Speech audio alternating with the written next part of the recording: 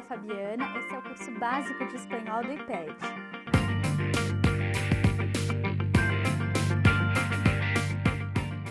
Sean todos bienvenidos a la clase 15. En esta clase trabajaremos la temática vivienda. Coloco aqui como epígrafe para nossa aula uma imagem disparadora, hogar, dulce hogar. Ainda que a palavra hogar possa parecer muito diferente aí das referências de vocabulário que você tem em espanhol, fica facinho associar, né, pessoal? É mais um exemplo aqui de colocar inferência em prática. Então, a tradução vai ser uma frase aí que a gente tem bastante recorrente em português, relacionada ao universo aí das moradias, que é lar, doce lar. Bom, seguimos nossa aula, agora a gente vai trabalhar um pouquinho a dimensão de apresentar vocabulários relacionados a diferentes tipos de moradia. Então, lembrando que a nossa palavra-chave é la vivienda. E a tradução, então, seria as moradias ou a moradia, certo? A gente começa aqui com uma pequena curiosidade. Vocabulário relacionado a edificações, né? A gente tem aqui el piso, el apartamento, e também é comum a gente encontrar a expressão departamento. Tem alguma diferença? Olha, de forma geral, a gente pode traduzir tudo por apartamento. Existem algumas particularidades. Piso é mais empregado na Espanha. E geralmente eles usam para aqueles edifícios que são mais antigos, que são um pouco menores. E aí, então, na América Latina é bem raro encontrar a expressão, né, a palavra piso. A gente encontra muito por aqui apartamento e departamento. Mas aí tem outra curiosidade também. Na Espanha coexistem essas duas nomenclaturas. Então, essa aqui vai ser empregada mais para os edifíciozinhos menores e aqui para os apartamentos maiores, geralmente aqui a partir dos 3 dormitórios, por exemplo. Bom, vamos conhecer mais um pouquinho de vocabulário relacionado, então, às diferentes formas de moradia. A gente tem aqui um exemplo, el adoçado e el chalet. O que seria um adoçado? Aquelas casinhas que são produzidas seguindo o mesmo padrão. A gente fala em português aquelas casas geminadas, uma do ladinho da outra, coladinha, e elas seguem a mesma dinâmica, a mesma estrutura. E el chalet, em espanhol, seria uma casa marcada pela presença do jardim. A gente tem aqui las chabolas e las casas flotantes. Las chabolas é uma expressão bastante empregada na América do Sul e a gente tem então aí essa condição de moradia muito mais precária, mas que também faz parte aí da realidade do mundo de língua espanhola. E aqui, las casas flotantes. A gente tem uma experiência disso no Brasil, principalmente na região norte, né? Existem vários exemplos desse tipo de moradia na Europa e também em muitos países da América Latina.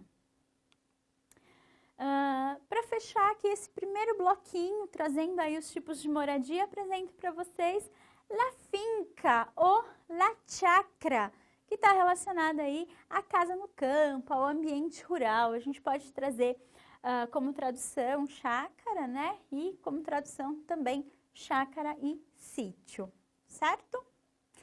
Vamos ver se o pessoal nas ruas consegue traduzir o ditado popular "un tropezón no es caída"?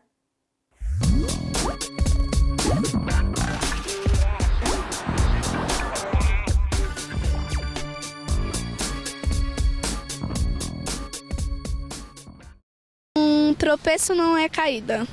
Um tropeço não é a queda. Sim, tropeçar não é cair.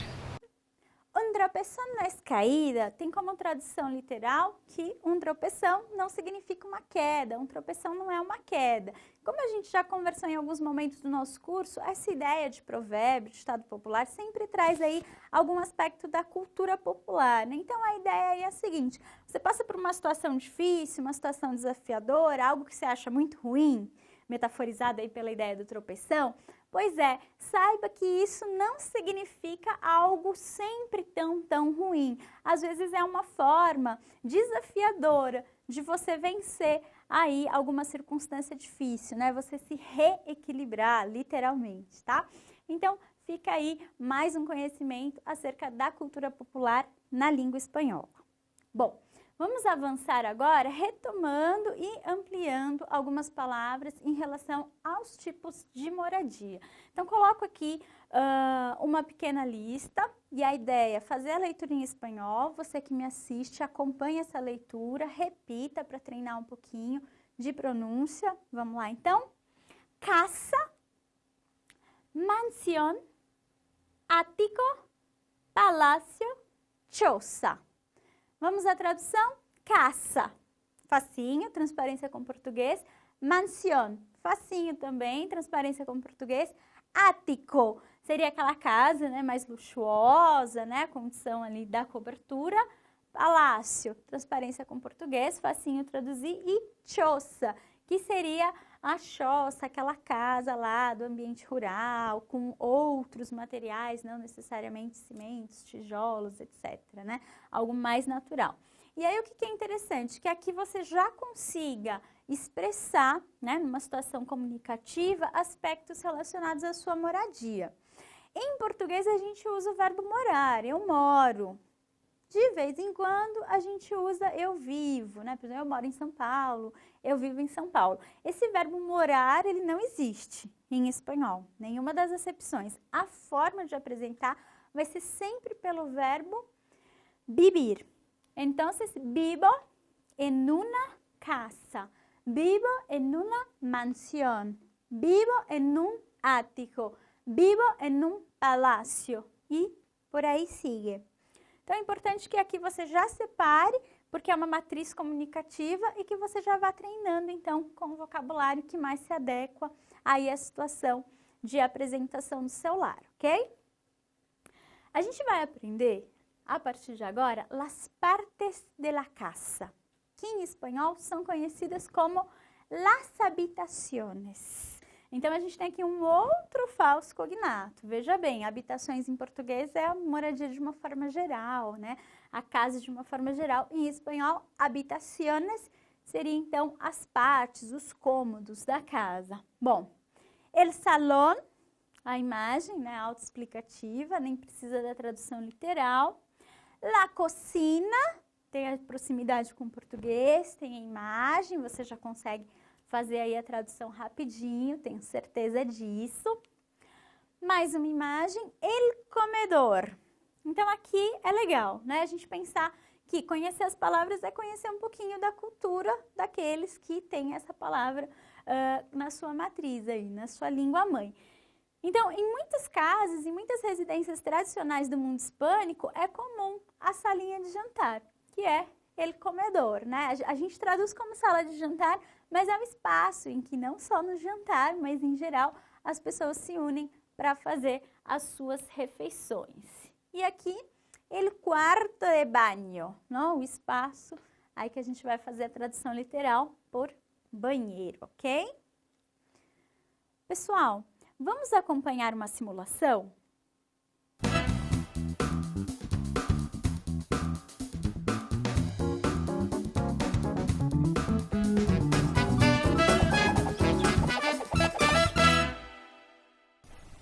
Necesito cambiar de moradía.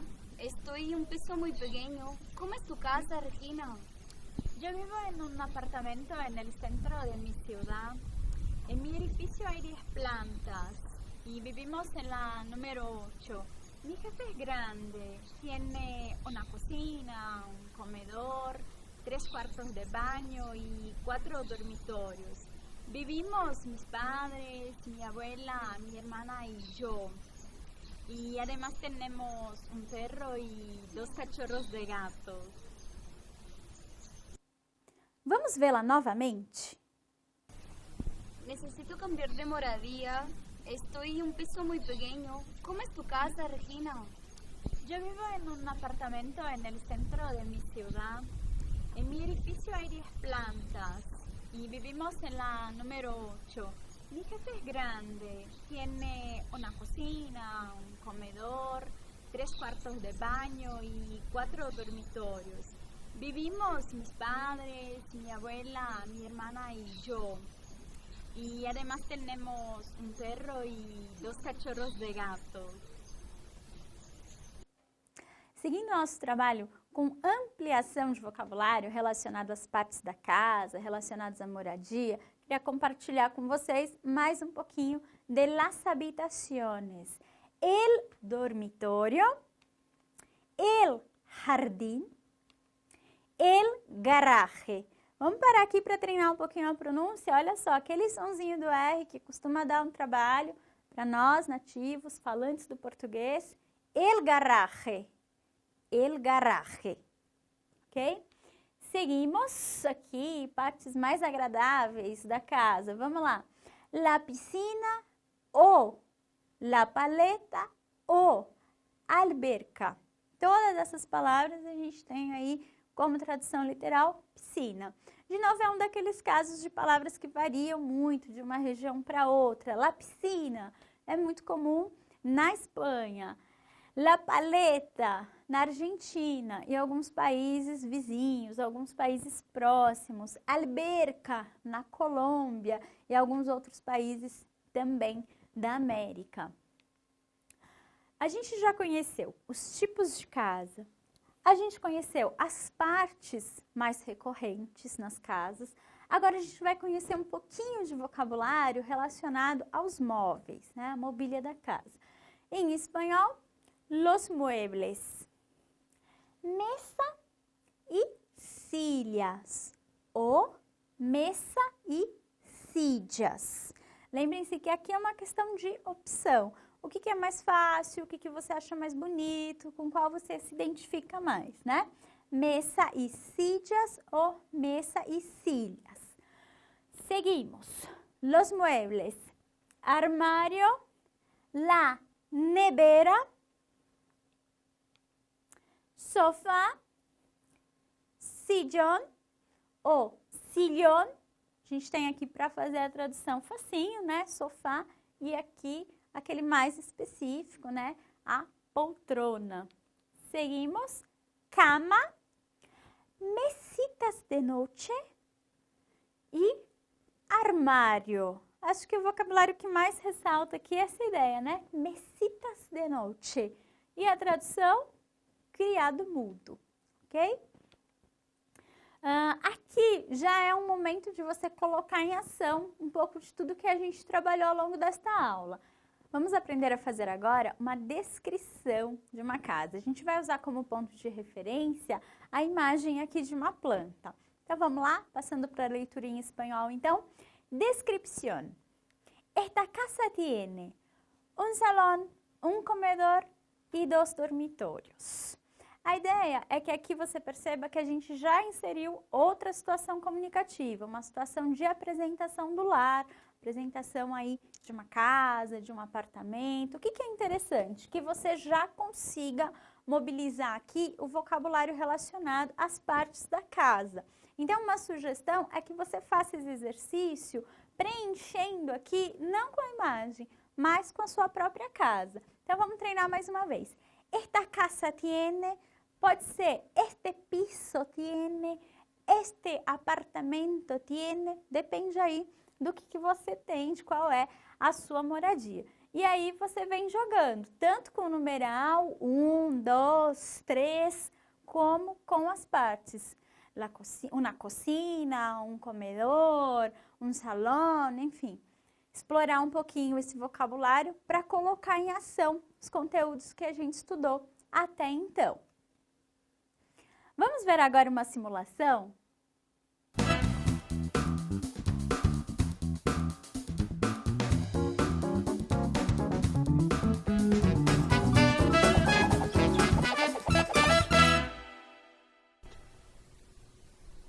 Oye, Regina, ¿has terminado el anuncio de alquiler temporario de tu apartamento? Sí, he terminado. Escucha cómo ha quedado y dime qué te parece. Apartamento en alquiler por temporada en otros, Montevideo, Uruguay. Excelente departamento de estilo moderno. Amplio living comedor. 4 dormitorios. Uno de ellos en suite. Cocina, terraza y garaje. Muy iluminado. Ubicado sobre el mar a una cuadra de Avenida Goldero. Cuenta con servicio de TV cable, internet y portería las 24 horas. Está muy bueno, excelente. ¿Sí? ¿Te pareció? Voy a poner en la internet. Claro, ponlo rápido. Sim, sim. Vamos vê-la novamente? Oye, Regina, ¿has terminado el anuncio de alquiler temporario de tu apartamento? Sí, sí, he terminado. Escucha cómo ha quedado y dime qué te parece. Apartamento en alquiler por temporada en otros, Montevideo, Uruguay. Excelente departamento de estilo moderno. Amplio living comedor. 4 dormitorios. Uno de ellos en suite. Cocina, terraza y garaje. Muy iluminado. Ubicado sobre el mar a una cuadra de Avenida Goldero. Cuenta con servicio de TV cable, internet y portería las 24 horas. Está muy bueno, excelente. ¿Sí? ¿Te pareció? Voy a poner en la internet. Claro, ponlo rápido. Sim, sim. Um outro exemplo que eu trouxe para ampliar o nosso conhecimento sobre as descrições relacionadas a casas, a moradias, é aqui o exemplo real de um anúncio de aluguel temporário. Então vamos passar para a leitura em língua espanhola. Anúncio de alquiler temporário. Descripción. Alquiler de apartamento en Adra, Almería. Dispone de un dormitorio, salón, comedor con sillón cama, cocina independiente, baño y patio. El apartamento es nuevo y tiene bellas vistas al mar. Então, esse é um anúncio extraído de um jornal espanhol, na sua versão pela web. E o que é interessante, então? Que aqui a gente mobiliza, numa situação comunicativa real, o vocabulário que a gente explorou ao longo desta aula. Vamos fazer a tradução rapidinho, então. Alquiler está relacionado, então, né, aqui ao aluguel, né, o anúncio de alquiler temporário, anúncio de aluguel temporário. Aluguel de apartamento em Adra, Almeria, né? Então aqui seria o bairro, a cidade. O apartamento dispõe de um dormitório, tradução igual ao português, salão comedor, ou seja, lá a sala de jantar, e nesse espaço tem um sillón cama. A gente viu que sillón era a poltrona. O que poderia ser então um sillón cama? Seria, a tradução para o português, um sofá-cama, né? Cocina independente, banho, então tem uma cozinha independente, além lá do salão comedor, né? Além da sala de jantar, banheiro e pátio. El apartamento es nuevo y tiene bellas vistas al mar. Então aqui uma propagandinha, né, que a pessoa inseriu, facinho de traduzir, o apartamento é novo e tem belas vistas para o mar. A ideia aqui é que mais uma vez você se inspire. E a sugestão desta aula diz respeito exatamente a um desdobrar ali do exemplo anterior. Imagina que tienes una casa en la playa y quieres alquilarla en las vacaciones. Palavrinha nova aqui, vacaciones, significa férias. Então, imagina que você tem uma casa na praia e que você quer alugar essa casa no período das férias. Escribe um anúncio para ser publicado en el periódico. Já trabalhamos bastante a tradução aqui da ideia, né, de periódico, que é o jornal. Describe la casa e los objetos que están en ella. Ou seja, se inspira no exercício anterior em que o proprietário dizia das partes da casa, dizia dos atrativos da casa, mencionava alguns móveis aí que chamariam atenção, por exemplo, um sofá-cama, significa que você pode levar com você, por exemplo, mais pessoas, enfim, faça aí a sua propaganda. Describe la casa y los objetos que están en ella. Manos a la obra. Então, neste momento, eu sinto que você já tem condição de mobilizar todo esse repertório. É um exercício para consolidar os conteúdos explorados ao longo desta aula. Vamos ver uma curiosidade?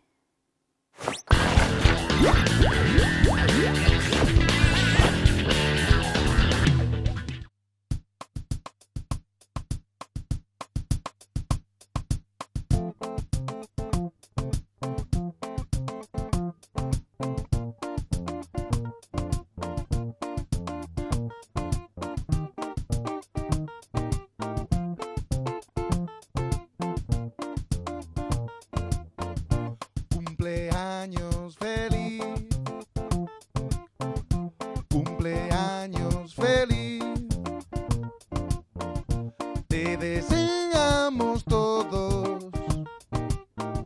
cumpleaños feliz. Cumpleaños feliz. Cumpleaños feliz. Te deseamos todos cumpleaños feliz.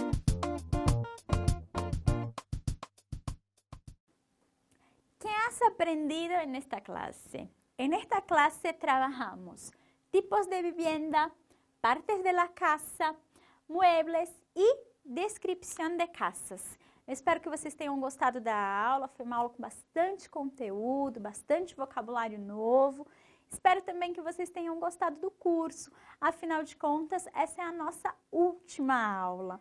Eu desejo a vocês muita sorte nos estudos, eu espero que vocês tenham gostado bastante do nosso encontro com a língua espanhola. Adiós!